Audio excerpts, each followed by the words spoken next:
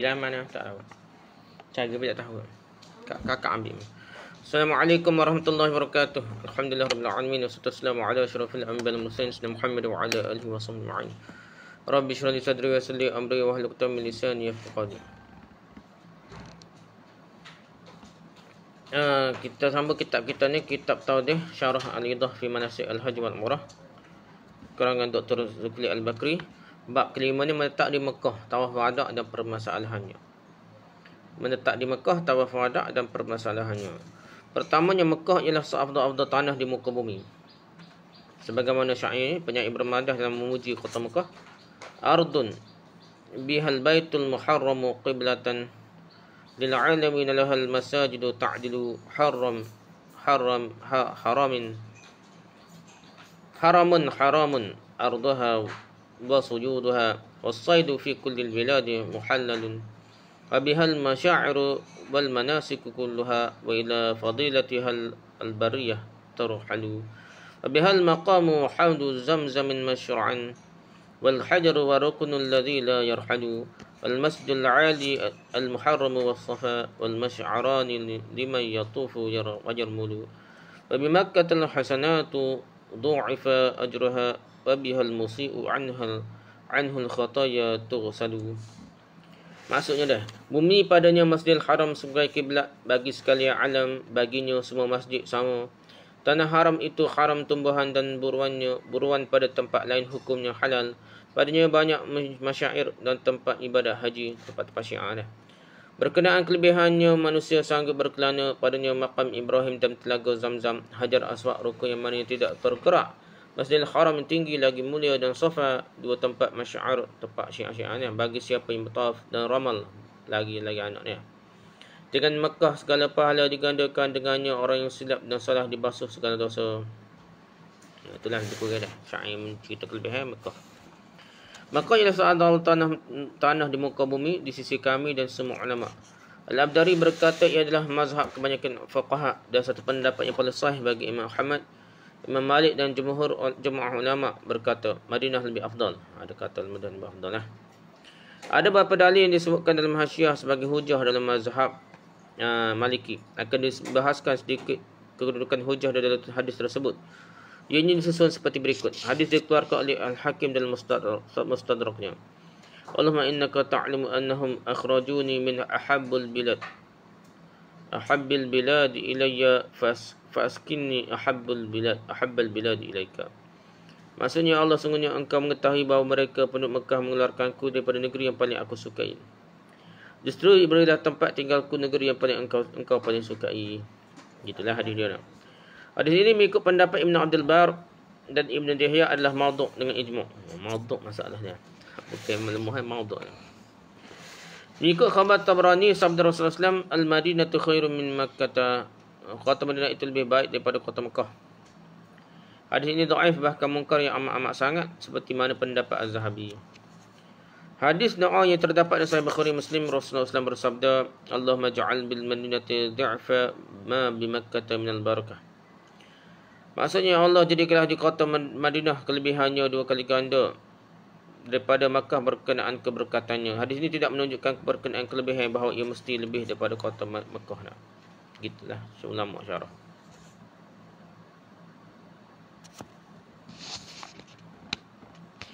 Okey, habisnya. Dalil kami ialah apa yang diterangkan oleh Nasa'i, kata Mekah lebih ni lah.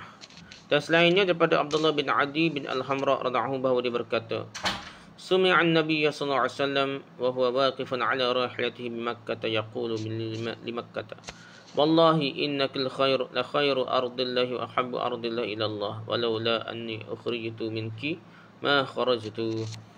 Maksudnya didengar daripada Nabi sallallahu alaihi wasallam sedangkan baginda berwukuf atas binatang tunggangannya di Mekah.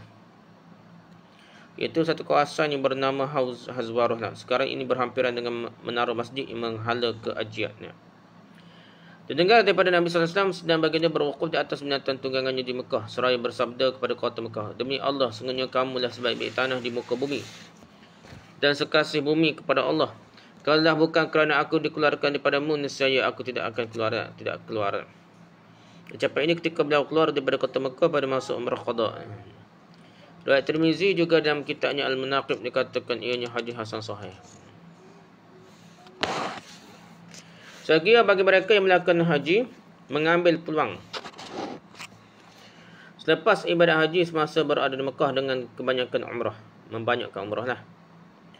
Ibn Rushd dalam kitab Bidayatul Mujtahid wa Nihayat Muqtasid ada banyak pendapat berkenaan dengan hukum ini. Imam Malik mengatakan bahawa sunat mengerjakan umrah pada setiap tahun, tetapi makruh 2 kali umrah di setahun sekali. Setahun tu 2 kali umrah makruh. Di sisinya ada lebih daripada itu dalam tahun yang sama tak boleh. 2 atau lebih 3 tak boleh. Sekali lagi setahun bukan sekali lagi dia. Setahun tu sekali je umrah. Itu Imam Malik pendapat dia. Imam Syafi'i dan Abu Hanifah berpendapat tidak makruh. Jadi Imam Malik dan mazhab Hanbali ini sekali lagi. Cuma Imam Malik tekah lagi lah setahun sekali. Imam Ahmad bin Hanbal kata sekali lagi sekali umrah. Tak setubik dah. Tubik masuk tu tak ada faedah mengikut mazhab Hanbali ya. Gitu ke mazhab Malik ni setahun sekali bukan sekali ya boleh umrah ya. Syekh Ibn Jasir Al-Hambali dan Muslim Al-Anam berkata tidak mengapa berulang kali umrah dalam satu tahun yang sama. Tak apa berulang kali pun. Sekali lagi tu daripada luar masuk dah. Bukan dia masuk tu tubik masuk balik dia. Gitulah bahar dia di kalangan ulama mazhab.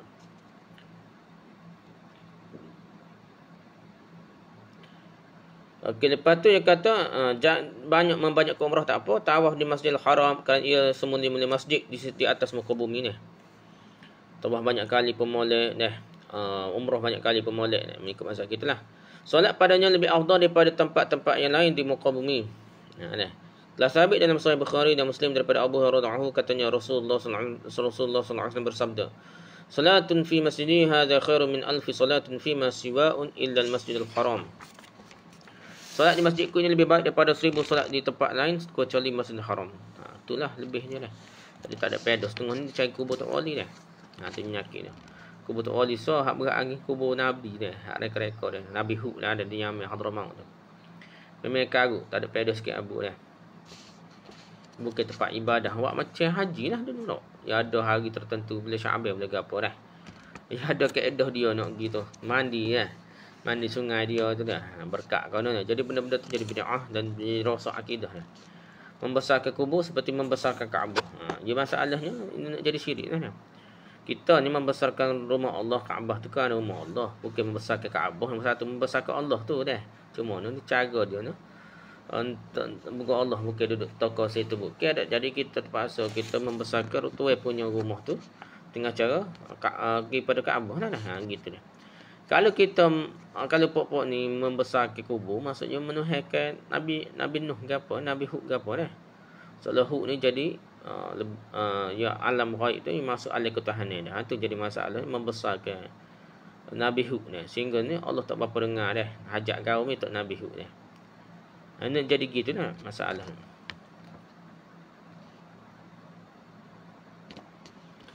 Okey, habis itu dah. Sunat melakukan tawaf bagi setiap orang sama ada yang melakukan haji ataupun tidak melakukan haji dia. Itulah. Dan atau tidak sunat pada waktu malam. Dan siang hari dan waktu-waktu makruh solat. Gini berkaitan. Qomal ada. Gini, tawaf bagi setiap orang sama ada yang melakukan haji atau tidak melakukan haji sunat dia. Sunat juga pada waktu malam dan sunat juga pada siang hari dan pada waktu-waktu makruh solat pun sunat juga tawaf. Gitu dah. Al-Abdari berkata ulama berijma' bahawa tawaf pada waktu yang dilarang solat hukumnya tetap harus ni. Dan solat tawaf mengikut mazhab Syafi'i hukumnya harus. Pada semua waktu tanpa makruh sama sekali. Ini juga dihikayatkan daripada Ibn Munzir yang menukilkan pendapat Ibn Umar, Ibn Abbas, Al-Hasan dan Al-Husain, Ibn Zubair, Tawus, Atta, Al-Qasim, Muhammad, Urwah, Mujahid, Ahmad, Ishaq dan Abu Thawr. Tapi Imam Malik berpendapat hukumnya makruh seperti nyatakannya dalam Muwatta. Imam Malik saja kata makruh. Orang lain semua dah kata tak makruh. Waktu mana pun solat sunat tawaf. Kau tawaf tu sendiri. Kau solat sunat lain. Kau boleh berlaku di Mekah ni. Di Masjidil Haram ni boleh berlaku dah. Ada kata Mekah boleh. Ada kata Masjidil Haram saja boleh dah. Tiada makruh pada mana-mana masa dah. Begitu juga tidak makruh solat sunat pada sebarang waktu solat sunat pada sebarang waktu di kota Mekah. Kata kota Makkah semua sekali. Ini berdasarkan riwayat Mujahid daripada Abu Zar Da'u secara marfu'. Dan tidak juga di tempat-tempat haram semuanya berlainan selain daripada Makkah. Jadi kota Makkah tak apa berlaku. Tempat lain tak boleh lah gitu dah. Walaupun Madinah tak boleh juga dah semaya waktu haram atau makruh. Ulama khilaf pada solat dan tawaf di Masjidil Haram mana yang lebih afdal. Solat tawaf kau lebih afdal, solat lebih afdal. Ibn Abbas radhiyallahu anhu, Sa'id bin Jubair radhiyallahu dan Atha dan Mujahid berkata. Siapa dia Sa'id bin Jubair? Sa'id bin Jubair bin Hisham al-Asadi al-Walibi asal daripada Qafah, daripada ulama usar di kalangan tabi'in. Mengambil ilmu daripada Ibn Abbas. Anas bin Malik dan lain-lain lagi menentang pemerintahan Umayyah sehingga ditangkap oleh Al-Hajjaj dan dibunuh pada tahun 95 Hijrah. Dikatakan beliau mempunyai mauqif dan pendirian yang teguh dan menyatakan kebenaran. Inna sifat ulama Rabbani masyhur. Wallahu a'lam. Ada khilaf lagi dah. Tapi Ibn Umar tidak gitu dah. Ibn Umar seolah sokong Al-Hajjaj Yusuf As-Saqafi. Kita tak boleh tengok selapis lah sejarahnya. Jadi itu ijtihad masing-masing. Di pasal Ibn Zubair mana masalahnya. Jadi mungkinlah Sa'id bin Jubair ni dia terpengaruh dengan Ibn Zubair dah. Ibn Zubair nak jadi khalifah. Hajjaj bin Yusuf As-Saqafi ni disokong oleh Ibn Umar, lebih kurang gitu lah dah. Tak apalah cerita sejarah. Okey, lepas tu Atha. Siapa dia Atha? Iaitu Atha bin Aslam bin Abi Rabah. Atha bin Aslam Abi Rabah dikenali dengan gelaran Abu Muhammad di kalangan tabi'in yang besar. Dikatakan berasal daripada Yaman, daripada hamba sahaya dalam keadaan rupa paras yang tidak segak, tapi digelar sebagai Sayyid Fuqaha Hijaz, ketua Fuqaha Mekah, tanah haram lah, Mekah dan Madinah. Antara gurunya ialah Aisyah, Abdullah bin Abbas, Abu Hurairah, Ummu Salamah, Abu Sa'id dan lain-lain. Manakala muridnya pula antaranya Al-Auza'i, Abu Hanifah dan lain. Gitulah. Beliau dianggap sebagai mufti di kota Mekah. Dan Ibn Abbas mengiktirafnya layak untuk memberikan fatwa. Meninggal dunia di kota Mekah pada tahun 114 Hijrah. Itu dia. Itu Atha. Gitulah. Jadi Ibn Abbas ulama, Sa'id bin Jubair dan Atha dan Mujahid berkata, solat bagi penduduk Mekah lebih afdal. Ada pun yang datang mereka tawaf lebih afdal. Dia kata gitu. Pengarang Al-Hawi berkata tawaf lebih afdal. Ini kerana Allah SWT mendahulukan sebutan tawaf daripada solat berdasarkan ayat dari Quran. Firman Allah SWT, wa'ahidna ila Ibrahim wa Ismail an tahhira baita lit-ta'ifin wal-'akifin ruk'i sujud. Maksudnya kami perintahkan kepada Nabi Ibrahim dan Nabi Ismail dengan berfirman, bersihkanlah rumahku, yakni Kaabah dan Masjidil Haram, dari segala perkara yang dilarang. Untuk orang yang bertawaf dan orang yang beriktikaf, yang tetap tinggal padanya, dan orang yang rukuk dan sujud. Jadi start tawaf dulu, baru cara rukuk, iktikaf, baca rukuk dan sujud. Gitulah. Surah Baqarah ayat 105. Firman Allah Taala lagi, wa tahhir baital ta'ifin wal qa'imin wa ruk'i sujud. Dan bersihkan rumahku kami ini dari orang yang tawaf dan orang berdiri dan orang yang rukuk serta yang sujud, mengerjakan semaya maksudnya lah. Surah Al-Baqarah ayat 26. Dia cerita tawaf dulu dah. Yang kedua dah. Jadi tiada ramal dan itibak pada tawaf yang keluar haji tanpa khilaf seperti yang terdahulu. Dia dulu selain haji dia. Dia selain haji tak apa salah. Dia gini lah. Dia ada ramal dan itibak ni. Dia tahu hadak kau gitu lah. Mula-mula lah kita kata dah. Ketiga, tidak mengucapkan maqam Ibrahim. Ini berdasarkan hadis Jabir, apabila Rasulullah SAW lalu ke maqam Ibrahim dan membaca firman Allah SWT seperti ayat 105. Wa iz ja'alna al-baita mathabatan lin-nas wa amna wattakhidhu min maqami Ibrahim musalla. Dan ingatlah ketika kami jadikan rumah suci Baitullah itu tempat bertumpuan bagi umat manusia untuk beribadat haji. Dan tempat yang aman, dan jadikanlah oleh kamu maqam Ibrahim itu tempat sembahyang. Jadi tidak ucup lah. Jadi dia tempat semaya saja. Jadi bukan tempat kucup ni. Tidak mengucup maqam Ibrahim dan tidak istilamnya kerana dia adalah perbuatan bid'ah. Sesungguhnya diriwayatkan, itulah tabaruk. Ni bukan ikut dan kena ada juga cara tabaruk ni. Kalau tabaruk situ sekadar semaya lah maqam Ibrahim ni. Nak kucup kau nak gapo tu bid'ah lah. Dia tidak boleh rekor-rekor dia benda agama ni. Tidak kocok maqam Ibrahim dan tidak Islamnya kerana dia adalah perbuatan bid'ah. Sesungguhnya diriwayatkan daripada Ibnu Zubair dan Mujahid menyatakan makruh. Tidak perlu Islam juga pada dua rukun Syami dah. Rukun Syami tak perlu. Rukun Yamani dan rukun dengan Hajar Aswad je boleh sentuh dia.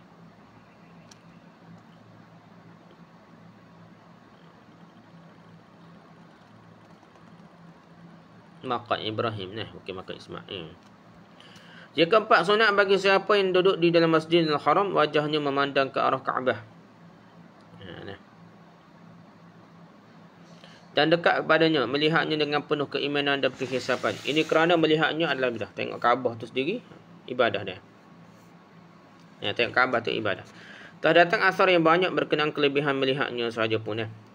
Ada hadis yang sahih dan juga yang sebaliknya, tetapi cukup masyhur berkenaan dengan risalah Hasan Basri yang menyebutkan sebuah riwayat daripada Rasulullah SAW yang bermaksud siapa yang melihat ke Kaabah dengan penuh keimanan dan perhisapan, ihtisab mengharapkan pahala, nescaya diampunkan baginya dosa yang terdahulu dan kemudian dihimpunkanlah pada hari kiamat bersama orang yang mendapatkan kemenangan.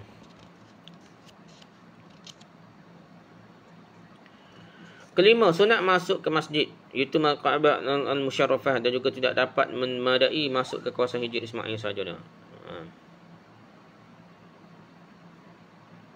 Jika tidak dapat memadai masuk ke Masjid Ismail, maksudnya masuk ke Kaabah ni. Kita tak boleh juga masuk ke Hijr Ismail ni. Dalam keadaan berkaki ayam dan solat, dalam majmuk menyebut sehingga paling kurang solat 2 rakaat dalamnya dah. Dalam Kaabah ke, dalam Hijr Ismail dah. Yang afdal bahawa dia menuju ke musalla Rasulullah SAW apabila masuk ke dalam Masjidil Haram.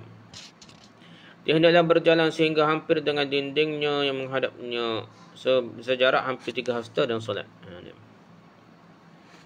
Hampir ke Kaabah semajalah, dekat dia. Hal ini telah sabit dalam Sahih Bukhari. Dalam Syiah menyebutkan zahir riwayat Syaikhan bahawa Nabi SAW salat menghadap ke dinding yang bertentangan dengan pintu Kaabah. Bukan di pintu Kaabah, ada dinding yang bertentangan dengan pintu Kaabah. Dia hendaklah berada di semua penjurunya, iaitu penjuru Kaabah, dan berdoa dengan penuh khusyuk. Ini seperti yang disebutkan oleh Nawawi dalam daripada sunat masuk masjid ni. Ini sekira-kira dia tidak menyekati orang lain lah. Jadi nak pergi dekat masjid, cium Hajar Aswad kau nak rapat kau gapo, kaedah je jangan siapa dosa dah. Kan dosa tak ada faedah dah. Sekira-kira dia tidak menyakiti orang lain lah. Jika dia menyakiti atau disakiti orang lain, dia tidak perlu masuk hampir dengan Kaabah. Ini yang paling banyak kesalahan dilakukan oleh orang ramai kerana berusaha hingga menyakiti sebahagian orang lain itu, sebahagian mereka dengan yang lainnya adalah dosa. Boleh jadi terdedah aurat sebahagian mereka atau kebanyakannya. Boleh jadi dia bersesak dengan perempuan hingga terdedah wajah dan tangannya. Ini semua kesalahan yang dilakukan oleh orang jahil di kalangan orang ramai ni. Kononnya pahala besar daripada awak dosa pula. Sebagian mereka terpedaya dengan yang lainnya, sebagaimana sewajarnya bagi berakal lagi cerdik menyakiti orang lain itu adalah haram untuk mendapatkan suatu perkara. Kalau selamat daripada menyakiti, maka hukumnya tetap sunat lah. Adapun bersama dengan menyakiti, hukumnya tiada sunat, bahkan menjadi haram. Semoga Allah SWT membantu dan merahmati kita semua. Keenam, apabila masuk ke dalam Masjidil Haram, hendaklah berdoa dan bertadarru', memohon dengan penuh harapan kepada Allah SWT dengan rendah diri dan khusyuk, serta menghadirkan hati. Banyakkan berdoa dengan yang paling penting, dengan perkara yang paling penting lah. Jangan sibuk melihat watak-watak dan telatah manusia yang lain dan yang lainnya yang boleh melalaikan kita dah, tapi tetaplah menjaga adab kita dah. Hendaklah dia mengetahui bahawa Masjidil Haram adalah semula tempat di muka bumi ini.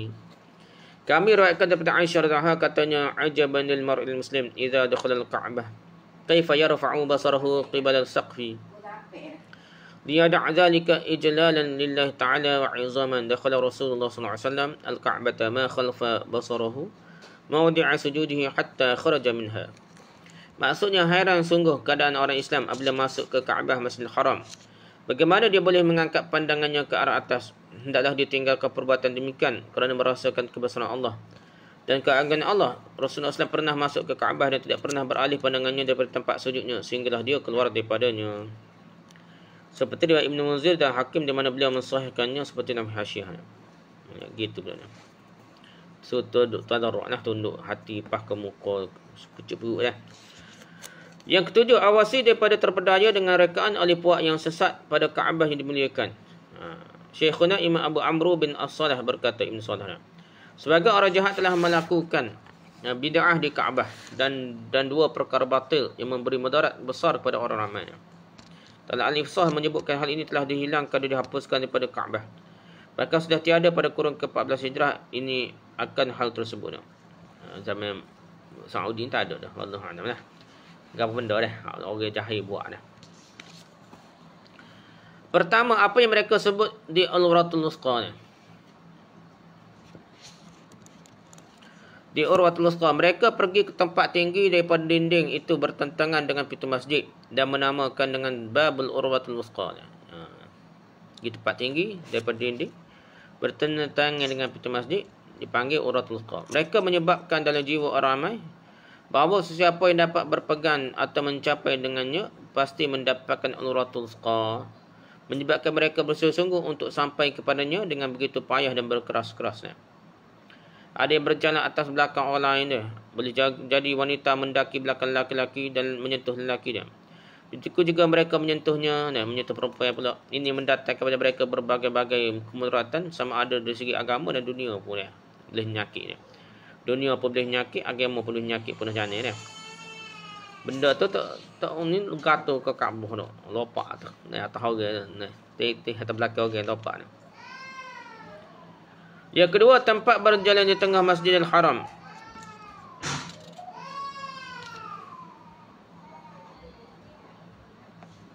Tempat berjalan di tengah Masjidil Haram mereka namakan dengan pusat dunia. Ini membawa kepada orang ramai mendedah dan membuka pusat mereka kepada pusat dunia. Tengah Masjidil Haram membuka pusat saja. Semoga Allah menghancurkan mereka yang khurafat dan bid'ah ini dah. Dari bid'ah hasanah. Kau ni. Dah. Yang ke-8, digalakkan salat sunat di Kaabah. Kerana salat sunat padanya lebih afdal daripada salat sunat di tempat-tempat lain. Digalakkan salat sunat di Kaabah ni. Adapun yang fardu jika dia harap jemaah ramai dan dia boleh keluar daripada Kaabah lebih afdal. Kalau solat fardu tu keluar daripada Kaabah lah. Gitu lah. Kerana jemaah mempunyai kelebihan berkaitan dengan solat, sedangkan Kaabah di mana kelebihannya bergantung pada tempatnya semata-mata sahaja. Mengikut kaedah fuqaha yang berkata al-muhafazatu ala fadilatin tata'allaqu bi nafsil ibadah. Aula min al-muhafazati ala fadilatin tata'allaqu bi makanil ibadah. Maksudnya melihara fadilat berdasarkan ibadah itu sendiri lebih aula daripada memelihara kelebihan berkaitan tempat ibadah. Jadi jaga ibadah, betul ibadah paling afdal ialah sembahyang jemaah. Tempat ni walaupun tempat tu lebih molek, lebih afdal. Contoh di Mekah sekalipun, kalau tak ada orang sembahyang jemaah. Molek tempat, cari tempat lain hal sembahyang jemaah.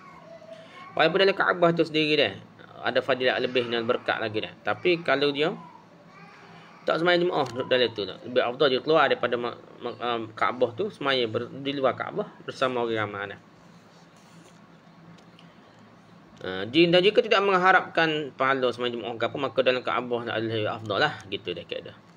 Bila seorang solat dalam Kaabah, dia boleh menghadap ke arah sebahagian dindingnya dah, jika dia menghadap pada pintu Kaabah dari dalam. Sedangkan dia ditolak, hukumnya tetap memadai dah. Jika dia menghadap ke pintu yang terbuka selangkah bendulnya tinggi daripada bumi 2/3 hasta, maka sah solatnya. Lebih daripada 2/3 hasta dah, tak sampai hasta dah. Jika kurang daripada itu, hukumnya tidak sah solat. Jika mereka solat berjemaah dalam Kaabah, hukumnya tetap harus solat. Tempat berdiri mereka ada 5 keadaan. Wajah makmum ke wajah imam. Boleh juga. Belakang makmum ke belakang imam. Wajah makmum ke belakang imam. Boleh. Dia bersebelahan sama-sama. Belakang makmum ke wajah imam. Semua sama belakang dia. Sebab ia tidak ada depan belakang dalam Kaabah. Sah dalam 4 keadaan yang pertama dan tidak sah pada keadaan yang kelima mengikut pendapat yang sah.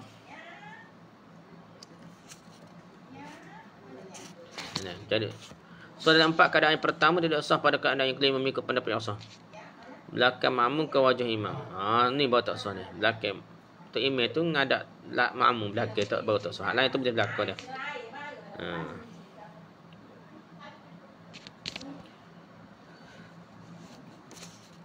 Okey, lepas tu ke-9.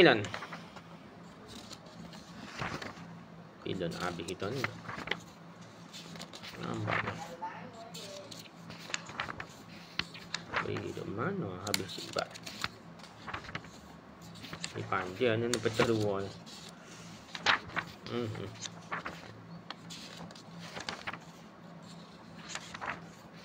Bila kita baca berarti kat mana. Kosmina dah. Kelebihan sunat membanyakkan masuk ke dalam hijr Ismail. Nah, kerana ia dikira termasuk dalam Kaabah juga. Dan masuk ke dalamnya agak mudah. Nah, berbanding dengan dalam Kaabah. Dan telah terdahulu penerangan bahawa doa padanya di bawah mizab pancuran emas adalah mustajab. Nah. Ke-10 sunat dia berniat i'tikaf. Nah, zaman dulu ni orang kata mudah lah ni, payah belaka dah ramai orang dah. Ke-10 sunat dia berniat i'tikaf tak kala masuk ke dalam Masjidil Haram. Ini kerana i'tikaf sunat bagi setiap orang yang masuk dalam mana-mana masjid sekalipun. Tak sampai depan kat Kaabah pun dah, mana-mana masjid tu, bahagian masjid boleh i'tikaf. Bagaimana pula dengan Masjidil Haram? Dia berniat dengan hatinya kerana menunjukkan masjid bahawa ia tempat untuk i'tikaf dan menyerahkan diri kepada Allah SWT. Sama ada dia berpuasa ataupun tidak berpuasa pun boleh i'tikaf lah. Mengikut mazhab kita beres belaka. Ini kerana puasa bukanlah syarat i'tikaf di sisi kami. Di sisi mazhab Syafi'i lah. Ini berdasarkan hadis laisa 'alal mu'takifi shaumun illa ay yaj'aluhu 'ala nafsihi. Tidak wajib atas orang beriktikaf puasa kecuali dia bernazar. Riwayat Baihaqi dan Hakim. Kalau nazar ni kena capur dan puasa lah. Walaupun niat iktikaf, nazar iktikaf, dia kena capur dan puasa. Tapi kalau dia iktikaf sunat ke apa, tak ada kait dengan nazar ke apa, itu iktikaf sajalah dah. Kemudian dia berterusan iktikaf selama mana mereka berada dalam masjid. Jika dia keluar dari masjid, maka hilanglah iktikafnya. Jika dia tidak berazam untuk kembali pada masa keluar dari masjid, tapi jika dia keluar kerana qada hajat atau ingin kembali semula, maka tidak mengapa tidak dihilang iktikafnya dah. Jika dia masuk pada masa lain, bolehlah dia berniat iktikaf seperti mula-mula dia masuk. Ini adalah antara perkara penting yang disunatkan bagi kita meliharanya dan prihatin dengannya.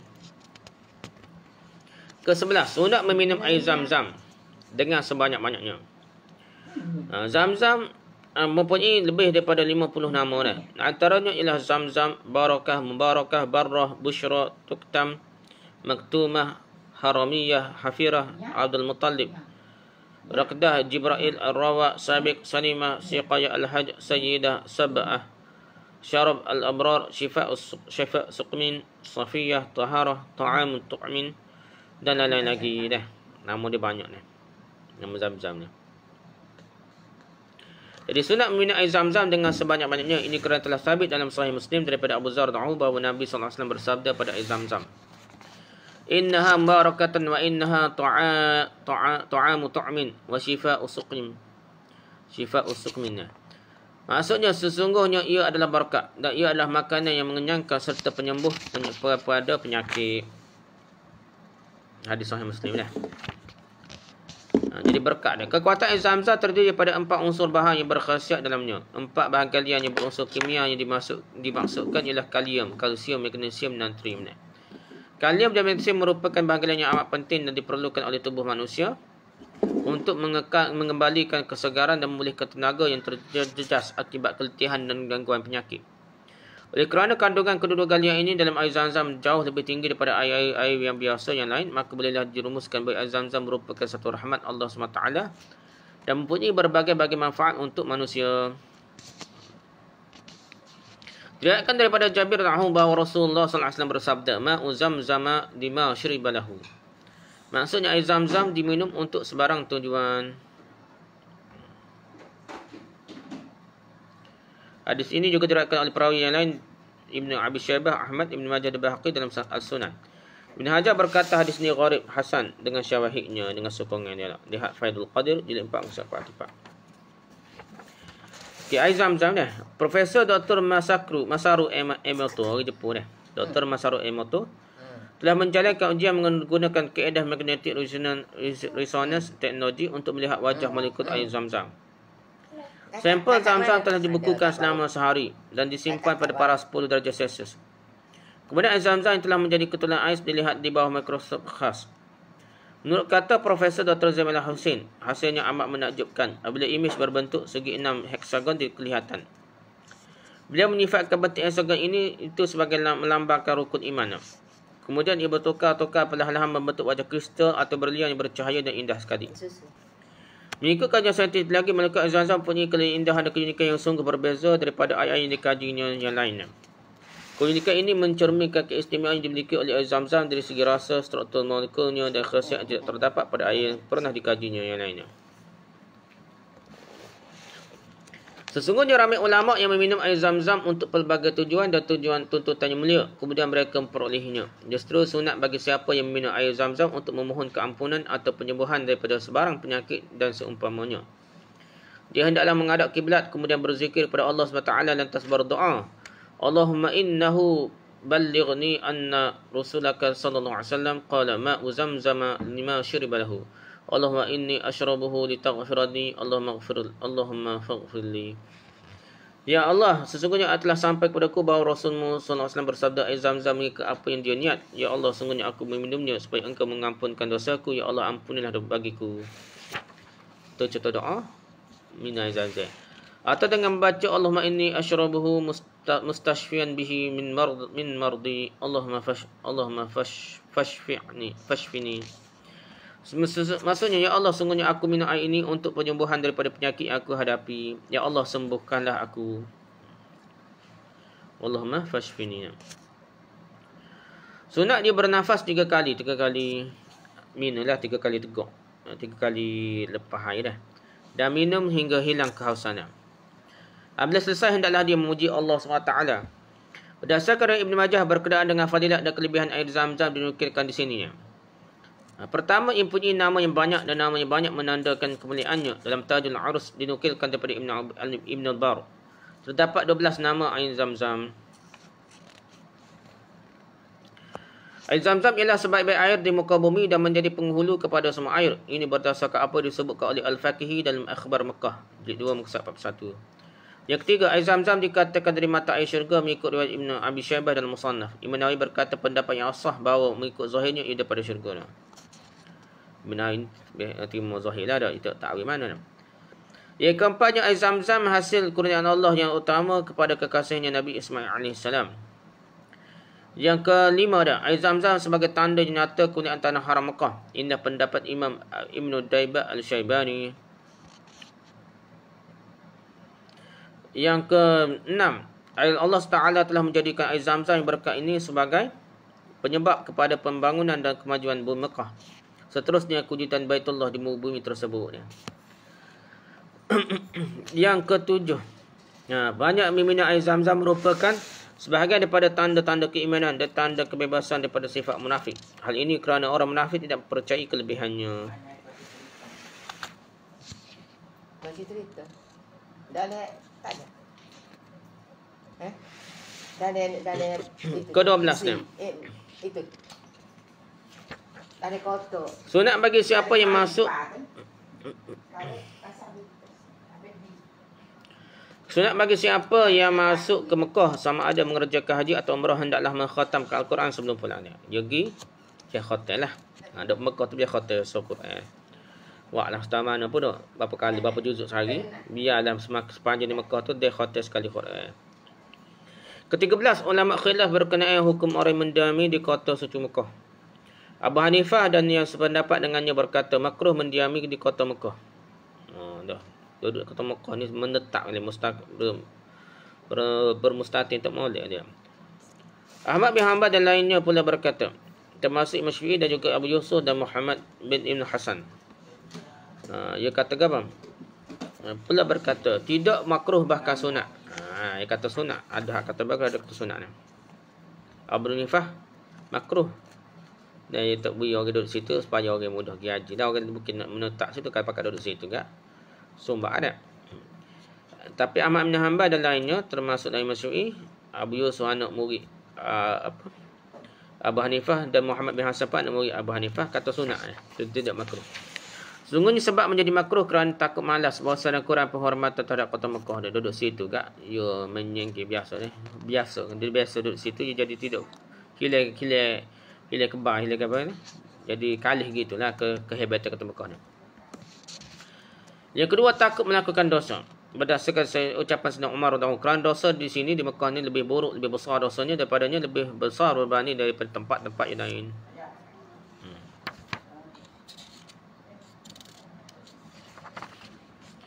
Adapun yang menyatakan sunat kelebihan pahala taat padanya melebihi daripada tempat yang lain dengan tawaf. Begitu juga dengan nilai solat, kebajikan dan lainnya. Ada orang kata sunat, kata dosa pun besar. Ingat pahala pun besar situ dah. Pendapat terpilih dan bahawa berhampiran dengan Mekah adalah sunat kecuali dia rasa zon sangkaan yang kuat berlakunya perkara-perkara yang haram dan lain-lainnya. Sesungguhnya telah ramai ulama yang berterdahulu At-Tabari menghitung seperti mana disebut dalam Hasyiah dari kalangan sahabat-sahabat yang mendiami kota Mekah seramai 54 orang dan meninggal dunia di sana seramai 16 orang. Begitu juga ramai di kalangan para tabi'in yang mendiami kota Mekah. Sungguh telah ramai ulama terdahulu dan kemudian mendiami kota Mekah, tidak terhitung ramainya yang menjadi ikutan. Sayangnya bagi yang mendiaminya sentiasa mengingatkan dirinya dengan pesanan Umar bin Khattab radhiyallahu anhu.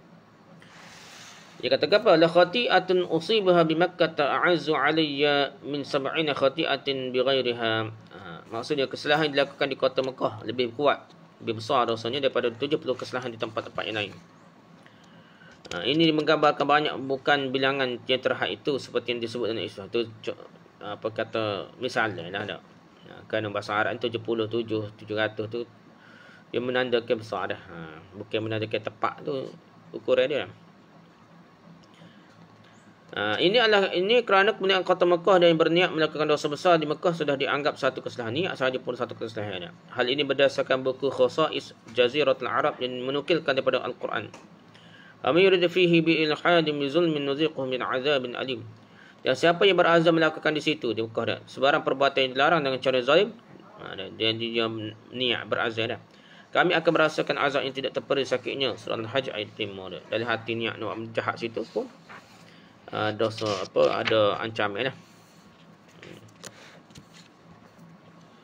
Ke-14, sunat menziarahi tempat-tempat masyhur dengan kelebihan di kota Mekah dan tanah haram.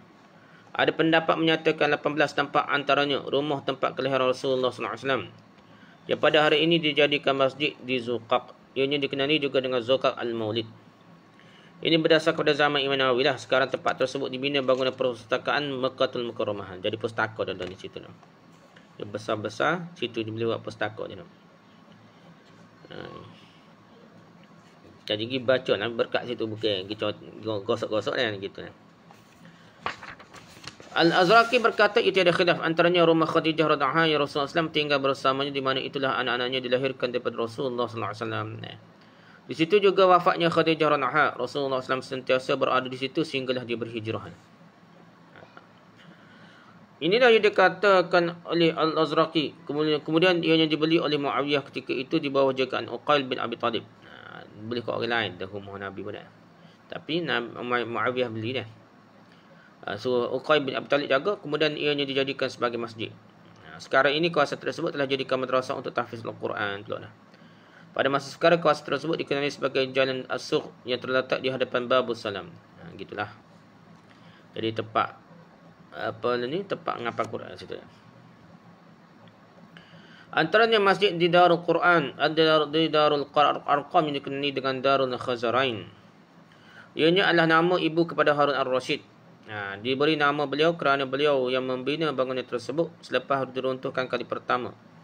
Sekarang kawasan tersebut sudah tiada lagi kerana pembesaran Masjidil Haram, tetapi ia berhampiran dengan Safa dan tergelerai dah sebabnya besar masjid dah. Di Khazaran Darul Khazaran atau Darul Arqam ni, Darul Arqam masjid. Nabi SAW pernah bersembunyi di situ pada awal Islam dah. Dakwah secara sembunyi di situ dah. Mengajar situ lah, mengajar secara senyap-senyap.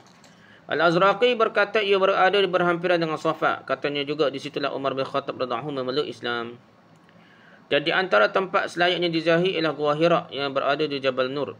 Ia terletak di sebelah timur laut Masjidil Haram, yang disebut juga sebagai Jabal Hira. Bersempena Gua Hira yang terletak di puncaknya. Tingginya dari permukaan tanah kira-kira 281 meter. Tinggilah 281 meter.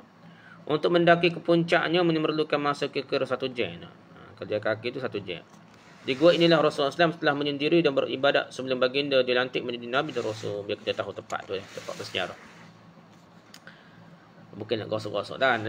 Berkat tengok, ambil pengajaran dan kita rasa susahnya Nabi ni. Di mana Nabi SAW beribadah di situ sebelum turunnya wahyu. Begitu juga gua yang Rasulullah SAW bersembunyi ketika berhijrah yang terletak di Jabal Tur. Jabal Tur. Ia disebut dalam Quran sebagai firman Allah SWT, izhuma fil ghar, sedang ia salah seorang dari dua sahabat semasa mereka berlindung dalam gua Al-Ghar. Di Bukit Tur ni terletak di tengah-tengah Mekah, kira-kira 4 km dari sebelah selatan Masjidil Haram. Tinggi bukit ini ialah 458 meter, lagi tinggilah Bukit Tur ni. Untuk mendaki ke puncak gua memerlukan masa lebih kurang 1,5 jam, 1 jam setengah. Pada masa sekarang kawasan bukit ini dikenali dengan nama Hayul Hijrah, iaitu di kawasan Kudai. Di bukit ini terdapat Gua Thawr, di mana ia merupakan tempat di mana Rasulullah SAW dan sahabatnya Abu Bakar bersembunyi ketika mereka dalam perjalanan berhijrah ke Madinah. Gua Thawr ini ketinggiannya sekitar 1.5 km dengan panjang dan lebar sekitar 3.5 km kali dah.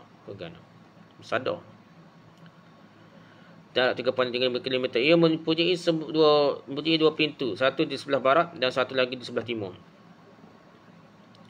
Pintu sebelah barat merupakan pintu di sebelah barat merupakan pintu yang digunakan oleh Rasulullah SAW. Tingginya kira-kira 1 meter dah. Manakala pintu yang satu lagi lebih luas dan sengaja dibuat untuk kemudahan orang ramai keluar masuk dah. Sebenarnya bukan hak tu dah, hak luas tu, hak sempit tu, hak sampai masuk dah. Allah Alam lah, tu cerita tentang kita pergi ziarah tempat-tempat yang bersejarah lah. Tapi jangan buat benda karut dah. Ada kelebihan situ, orang semaya ke situ dah. Jadi tak ada pun cerita dah. Dalam sahabat besar pun tak buat dah, kita tak sedar buat dah. Sekadar tahu tempat Nabi lah. Ambil berkat gosok gapo, tak ada faedah belakang dah. Tidak mestinya berkat ni gosok dah, tengok tu berkat dah. Ada benda-benda tu kita tengok, sekadar tengok berkat dah. Kadang-kadang kita berkat ni dengan ambil ilmu dan dengan Tok Guru, bukan ni gosok Tok Guru dah, jangan Tok Guru dah. Bukan dah. Ambil ilmu dia, mengaji sungguh ilmu Tok Guru tu lebih berkat daripada kita gosok dia dah. Kita kena faham. Wallahu a'lam. Subhanakallahumma wa bihamdika, subhanakallahumma wa bihamdika, subhanakallahumma wa bihamdika, asyhadu an la ilaha illa anta, astaghfiruka wa atubu ilaik. Assalamualaikum warahmatullahi wabarakatuh.